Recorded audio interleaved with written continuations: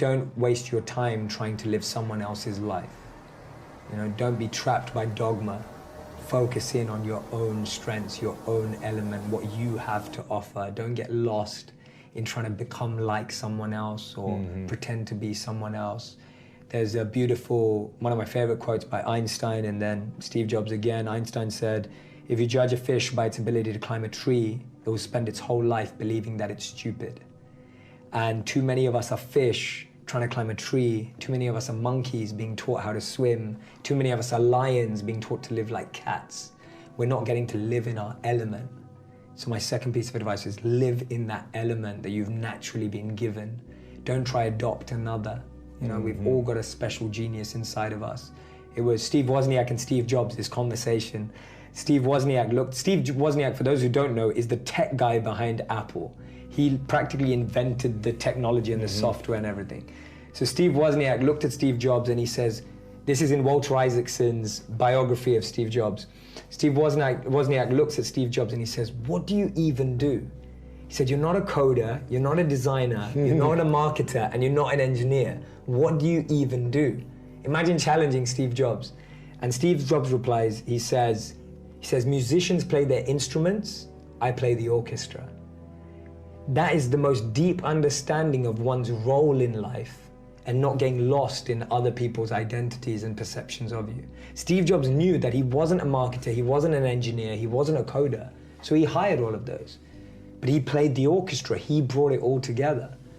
And that's when you find confidence in your own role, you won't be envious of anyone else. How many of you have a crazy dream or a crazy goal? I want you to write out in the comment section, what is your crazy dream? The dream that keeps you up at night is the real dream you should be chasing. But to chase that dream, to find that dream, to make that dream a reality, you need a strategy, right? A dream without a plan is just a wish. Tony Robbins said that, right? A dream without a plan is just a wish, right? Without a strategy, without a guiding philosophy, without guiding principles, without actually creating a clear plan. I used to have this economics teacher, and I want you to think back to school as well. Maybe you had one. I remember this economics teacher. He walked in to the classroom, and the first thing that he wrote on the board, he didn't even tell us his name. We didn't even know who he was. And he turned up, he went inside the classroom, and he wrote on the board, he said, failing to prepare is preparing to fail. And all of us just burst out laughing. This guy hadn't even told us his name yet.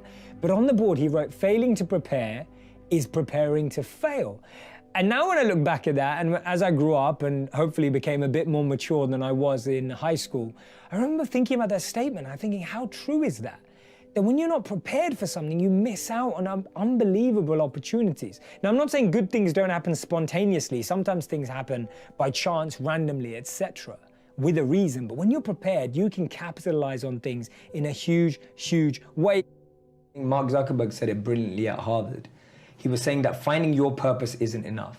You have to help other people find theirs. And I know you're passionate about this. Whatever that definition is, but it has to lead everyone. So whether I meet a celebrity, an entrepreneur, or whether I meet someone who's starting out, I'm always asking them the question, how can you use what you have to make a difference in the life of other people? Yeah. Because if you start there, everything else will work out. But if you're starting from the point of what am I gonna get, then you're always gonna feel disconnected. And I see that. I see people who live like that and feel pain in their lives every day. I see that. It's not like some conceptual philosophy. We see it. I see people who are only in it for themselves and they feel disconnected, dissatisfied every single day. And then you see the other extreme where people are just trying to give too much more than they even have themselves, and they also feel disconnected. Right. And again, and they have nothing at all. And they have nothing at all, right? So we know, again, attachment and aversion, two sides of the same coin. So we want to be in that dynamic balance of growth, but always to give. Yeah. So I always think, how can I go 3 steps deeper so that I can move 3 steps forward so I can give 3 times as much, right? That's always my mentality. How do I go deeper to go more forward to give more? Yeah. And if I can get those 3 in action for that reason, see, it's all about the reasoning. You can do anything you like, but it's why are you doing it? Yeah, we know of course, that, right? Yeah. It's incredible that we root for underdogs. It's incredible that we want underdogs to win. Why? Because we're used to wanting our team to win. We're used to wanting the best to win. We're used to wanting to associate ourselves with people who are successful, right? We never go, oh yeah, I know someone who plays for that really bad team. Like, we don't say that, right? We say things like, oh, I know someone who plays for that really good team. I know someone who was MVP. I know someone who's the son or the daughter of the MVP. We try and associate or link ourselves to success. And when we do that, it in turn makes us feel more successful. It's one of the reasons why when your team wins, you say, we won, right? You say, we won.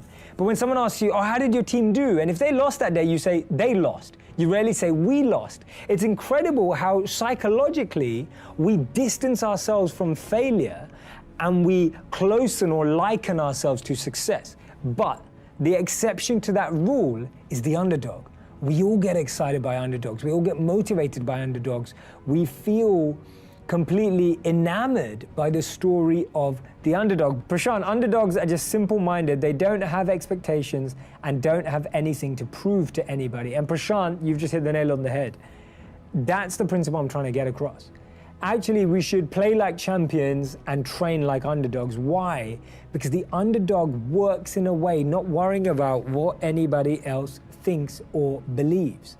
That gives you an edge. It gives you a phenomenal advantage when you're not actually worried about what will people say, when you're not concerned by, am I going to fail? Am I going to look worse? Is what I'm doing not going to succeed? As an underdog, you don't let those things cloud your mind. You can focus in on the task at hand. See, when we become successful, even as underdogs, if we've risen to success, the biggest enemy of that success, the biggest Achilles heel, the biggest thing that can trip us up is not reconnecting to that feeling of an underdog. So no matter how much success you've achieved, no matter where you are, always remind yourself the mindset of an underdog is the mindset that nurtures talent, that nurtures success, that harnesses your true potential. Almost 30, and I don't feel like I've accomplished anything in life. I made a promise to myself while I was at university that I would get a job that excites me every morning. But right now I'm afraid I'm not going in that direction. That note was written by a young person, and when I read it, my heart sank. I felt that way because I know so many people that are in that exact position. I remember when I decided to trade my 9-to-5 for a 24/7, it was because I wanted to do something that was meaningful every day. I wanted to do something that was purposeful and fulfilling from the moment I woke up to the moment I went to sleep. The one thing I didn't know before I started is how achievable that was, but also what it required. When I transitioned from my 9-to-5, or actually my 9-to-9, to a 24/7, I realized that I was going to have to work harder, smarter, and faster. And that step was full of fear, full of anxiety, full of insecurity, full of questions like, what will happen if it doesn't work? What will people say? Should I just have stayed where I was? I went through all of those emotions all at the same time, and then something came to me. I wrote down the various options that I had in life at the time, and I wrote a word above them that I believe summarized the experience or the result of what I thought that would give me. Some of them said ego, because I thought those career paths would give me a boost to my ego. Some said security, because there were certain roles or jobs I could take that would provide a certain level of financial security. And then one path said the word love, because I knew if I did that I would love every moment, even if it was truly challenging and sometimes really difficult to deal with.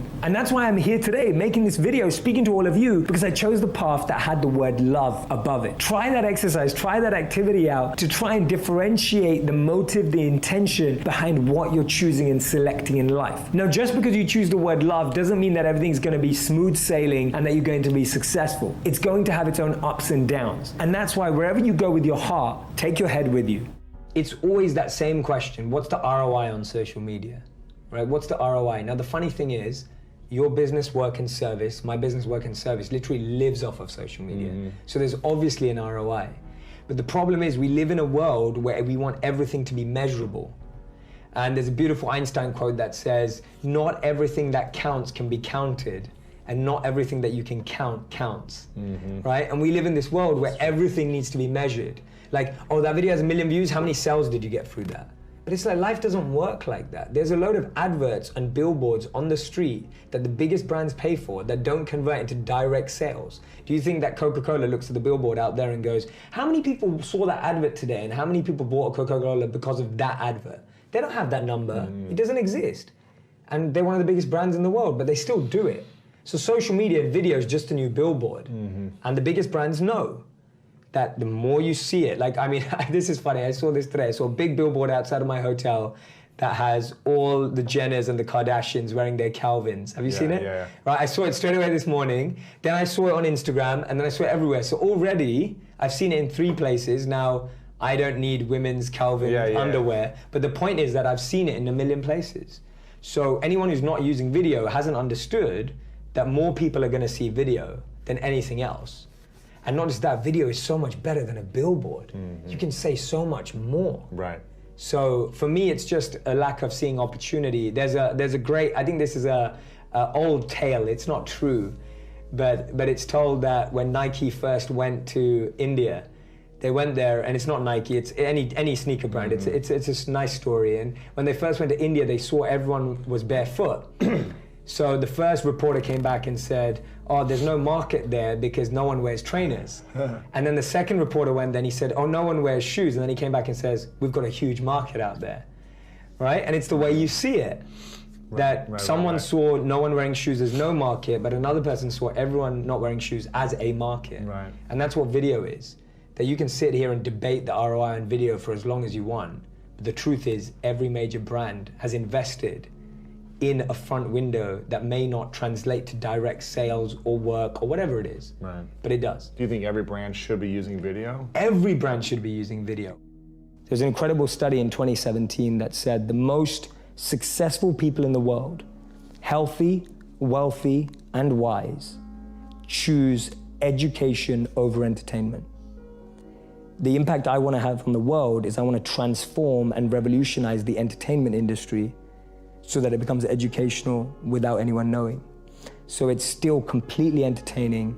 It's still like watching Netflix, but you're learning about human behavior, the mind, neuroscience, and everything without even knowing you are. To me, that's the greatest win that we can have for our society. How many people are gonna quit watching Netflix and reading a book every night? I don't know. But if we can make that book come to life on Netflix, that's gonna change the world, because that's what people are gonna consume. So for so long, media has been used to numb people, to switch people off. If we can use it to excite, elevate, enlighten people, not by like the cheesy way of like, oh, let's follow someone through their journey of enlightenment. It's not like that kind of stuff. I mean, like really entertaining programming where you can learn by being entertained at the same time. If I can do that by changing the most powerful industry in the world, then I will feel that I've had somewhat of an impact. Because that way I think we'll reach the world without having to get everyone to change their habits too much. My thing is, how do we meet people where they are and really deliver a message and a powerful expression of love? And to me, that's the highest form of compassion. The highest form of empathy, love, and compassion is to meet people where they already are, rather than expecting them to change. My daily practice is to refine my intention. The biggest weeds that we all get is on our intention. So when I say intention, I mean my current intention is to use everything I've been given, everything that I have, in the service of others. So I want to use the following that I have to help people. I want to use the money that I have to help people. I want to use the network that I have to help people. But every day, that intention, which is a beautiful little plant that's growing, gets weeds around it. No, do it for the money. I hear that voice, right? Do it for the fame. Just do it for the fame, do it for the followers, do it for this. All these weeds are like going around my real intention every day. Every day. That's a weed. A weed is the intention that you don't want. And the problem is, sometimes you've let it grow so much, the weed looks like the plant, right? The weed looks like your intention, and you start believing it's the same thing. So for me, my daily practice is going back in, reflecting on what is my voice right now in my head, what am I saying to myself, and I'm hearing, make that deal, it makes a lot of money, do this, do that, do this, more followers, fame, all that stuff, and I'm cutting it down. I'm cutting that weed every day. And you've got to do it every day, because the more you're surrounded by that energy, the more it's going to keep creeping in like a creeper weed. At 18, I was really fortunate when I met a monk, and this monk was invited to speak, and I kind of just went because one of my friends forced me to. At that time, I was listening to CEOs and entrepreneurs and business people and marketers who I thought that's what I was aspiring to be like, And then I hear this monk, and he captivated me like no one had ever captivated me before. It was like staring at the most beautiful woman on the planet. You know, I was completely fixated on him and his message. See, we live in echo chambers. We're just surrounded by the same thinking. How often do you bump into a monk? You know, it just doesn't happen. No one has a dinner party and goes, oh yeah, we just invited the monk, you know, from town, like the local monk. Like no one ever does that. And so we meet people who are just like us most of the time. And we talk about this in business all the time. If you want to be a billionaire, spend time with billionaires. If you want to be a millionaire, spend time with millionaires. If you want to be a tech startup, spend time with, you know, that's the common rhetoric that we hear all the time. But what if you want to find purpose and master the mind? There's no one better than a monk who's mastered the mind. So for me, the first step is just opening yourself up to new experiences and new role models. Because most of us can't see ourselves in people, so then we try and fit ourselves into the boxes that we do see. And I mean, there's this beautiful quote that I've been saying it everywhere, and I wish I wrote it, but I didn't. So it's by a philosopher and writer named Cooley. And he said that today, I'm not what I think I am. I'm not what you think I am. I am what I think you think I am. Right? And just let that blow your mind for a moment. It's so powerful. I'm not what I think I am. I'm not what you think I am. I am what I think you think I am. So we live in this perception of a perception of ourselves. Hence, my identity is made by what my parents think I should be. My identity is made up by what my college or university thinks I should achieve. While you're living in that bubble and that echo chamber, getting to what you really want to do is impossible, because maybe that just doesn't fit. And I think so many people feel that way today, that they don't fit into the current education system. They don't fit with the 3 or 4 or 5 careers that you're taught exist. So that process of self-excavation and actualization first requires being exposed. You can't be what you can't see. If I never saw a monk, I would never have wanted to be a monk. If I never meet a billionaire, I wouldn't want to be one, because I wouldn't know what that feels like. I don't know what it looks like. I don't know what it takes. And I think that's the biggest challenge of our society, that we're not exposed. So that's the first step, being exposed to unique experiences and role models. Second step is finding that experience or role model that you're passionate about, and exactly like you said, taking it seriously. Shadow them, network with them, spend time with them, observe them, even from afar.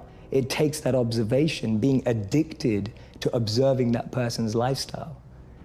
And then the third step is going yes or no. Does that work for me? Not everyone who's going to go off and become a monk is going to feel like the way I did, and that's cool.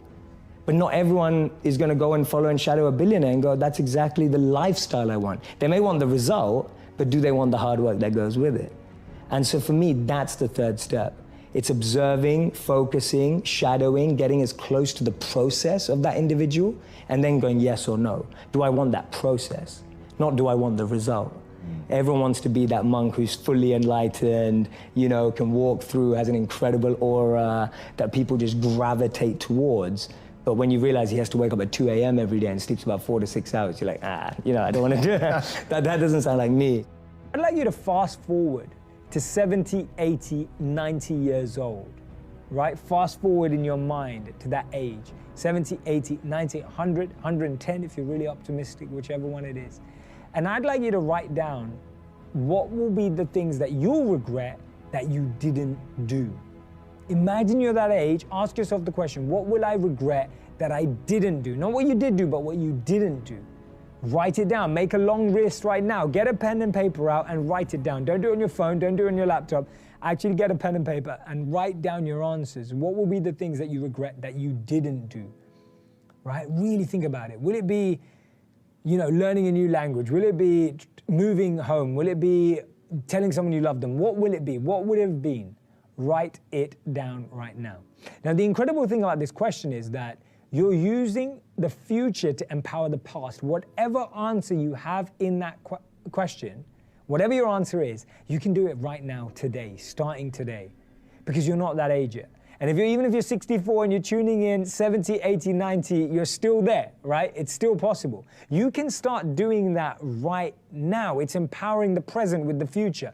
There is nothing stopping you for making it happen right now. You don't have to feel that way when you're 70. You don't have to feel that way when you're 80. You never ever have to feel that way if you start doing it right now. And you can do it right now. Even if it feels impossible, you can start working on it right now. You can start trying right now. You can start making plans right now because you're not there yet. And this is where you start. This is where you start making it happen. It's all in the now. So for me, my 3 E's are element, environment, and energy. Everyone has an element that they thrive in. If you take someone out of it, their element, they won't be the same. A modern day example would be Michael Jordan. He was incredible at basketball. You took him out of basketball, put him into baseball, no one remembers his career. We're talking about one of the best athletes of all time. Your environment is the environment around you. You can take a fish out of water and give it a beautiful mansion and a Bentley and all the money in the world, but it would die. And that's what we are, like our environment. Everyone needs an environment which they thrive, which we have to craft. Your boss, if you're at work, is never gonna ask you, hey, what environment do you succeed in, right? Like, that never happens. So we have to create an environment where we thrive. And then finally, it's energy. Some of us love high energy environments, high pressure. Some of us succeed in low energy environments and low pressure. Figuring out your energy and the frequency on which you operate best will help you thrive as well. So for me, those are the 3 E's to really create a thriving environment. Know your element, know your environment, and know your energy. And so at all times, if I see anything going wrong, I'm going, is my element out of alignment? Is my environment out of alignment? Or is my energy out of alignment? And that's a great 3-question test you can do to yourself when you don't think things are going right. And all you have to do is bring that back into alignment. To remind yourself that it's okay to feel the way you feel when you're going through a difficult time. It's okay to feel weak. It's okay to want to cry. It's okay to feel overwhelmed. Just reminding yourself that it's okay. This is my #1 way of how to find strength in difficult times, is reminding yourself that the way you feel is okay. To honor that feeling, to accept that feeling, to actually be okay with that, what we see or what we perceive to be a weakness, or what we perceive to let us down, or what we perceive is a sign of, instability or insecurity. We've got to remind ourselves that when things are tough, it's okay to feel that way. There's nothing wrong with that. Any difficulty I go to, I look to moments in history where people have endured the same pain, if not more extreme, and analyze, absorb, and connect with how they got through it. I like to see what they were thinking. I like to see what they did. I like to see how they structured themselves. I like to look at how they organized. Like to look at who they were speaking to. I like to look at what was going through their mind at that time, because you've got to remember that any challenge we're facing today, we've faced it before as humanity, right? Beyond ethnicities, beyond color, race, creed, beyond backgrounds, beyond all walks of life. As human beings, we've been through challenges before and we've got through them. And therefore, reconnecting with how that's been done before is a beautiful way of learning how to overcome current challenges. So you can either look at your past, but real wisdom lies in looking at the past of people who made a difference. You look at people like Martin Luther King, you look at people like Gandhi, you look at people who made world-changing differences, not single-handedly, but influenced from a single perspective, from a single point of view, and really connecting with the powerful moments in history. I've said this quote many times, I've read it many times, and this quote actually is unbelievable. And the quote says that they thought they buried us, they didn't know we were seeds. Right? It's a Mexican proverb. They thought they buried us, they didn't know we were seeds. And I was thinking, when you tell yourself that story, you start thinking much more differently, right? A seed is buried too. It's incredible that the seed goes through the same process as anything else. It's put deep underground, right? All of this mud is put on top of it.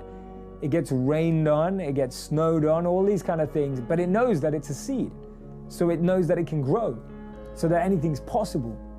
And it grows through, and you see even plants growing through concrete sometimes, right? It's unbelievable how much power a seed has. So changing the stories we tell ourselves, we can either look at challenging situations as opportunities for growth, as an opportunity to learn, as an opportunity to change, be the change, or we can look at them and really feel down. Now, that second part is okay. We can even feel like that, right? But we have to recognize it's not permanent.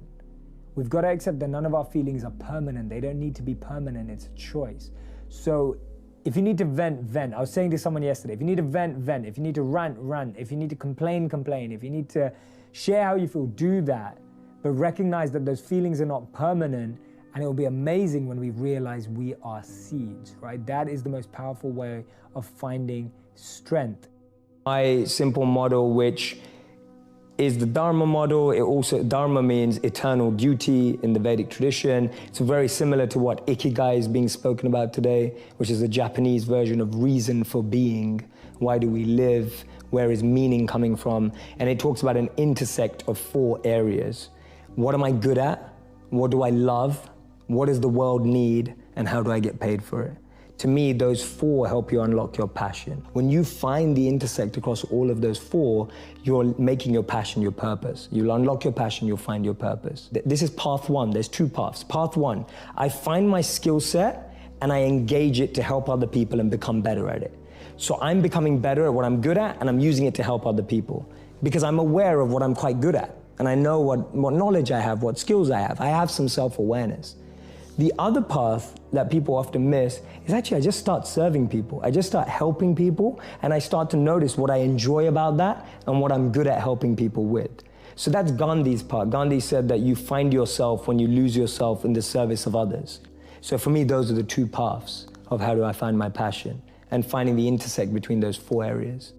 One of the things that, when things don't work out, one of the things I've been telling myself and also thinking about a lot is, apart from the fact of learning, which we'll go into, is just that space of actually understanding that there may be a different route. See, we get so attached to having one route, one method, one way of working. We believe that there's only one pathway to where we want to be. There's this conveyor belt of things we have to do, whether it's, get a degree, find a partner, buy a house, play golf, whatever it is, like this conveyor belt of efficiency and productivity that we hear that becomes a part of our natural progression.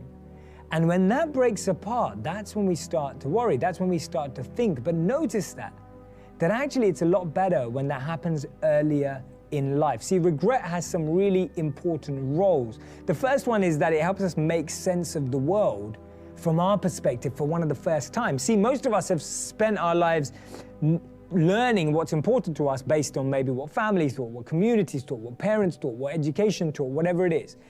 When you start regretting something, when you think you did something wrong, when you start thinking that I could have done something differently, you're making sense of the world from your perspective. It's crazy how powerful this is, right? You're starting to make sense of the world from your perspective. The second thing is, it allows you to avoid future negative behavior. If you knew you regretted something, I guarantee you, write it down right now, right? If you regret something, write it down right now because it will teach you so much in the future. And you've got to write down the lesson you learned now. Otherwise, next time when you think you're making another tough decision, you're going to say to yourself, oh, what did I do last time? How did I not make myself regret that? And then you're going to be upset. You're going to regret that you didn't write it down. So write it down right now. Life for me is a life, and this applies to a company, an organization, an institution for me, is an ideal life is when we all have a head, a heart, and a hand, all 3 elements together, working in alignment. Without one or the other, we start to lose something. If you only have a head and a heart, you'll find that life is stable. And define each of those. Yeah, sure. So a head is the clarity of vision. What you want. What you want. Knowing what you want, the way you picture life, and being able to navigate and make the decisions to get there. That's a good head. A good heart is being able to understand what your intuition and heart wants, being able to connect and tap into that understanding deeper and beyond the vision you may have painted for yourself. So I often say to people that you'll get to where you want in life, just not in the way you imagined. And that's because the path that's paved up and down is far different to the path we pave. So you can have a great head and a great vision and a great mission and know where you want to go, but if your heart's not able to have that resilience and be able to adapt and have compassion and care and all of that, then you're not going to be able to make the toughest decisions without your heart. But to be able to realize that we need to care and be sustainable and long-lasting requires a heart. And a hand is that service, wanting to pass that on, that which you have, wanting to give it forward, pay it forward. The idea of serving with what you have, I often say to people, your passion is for you, your purpose is for others.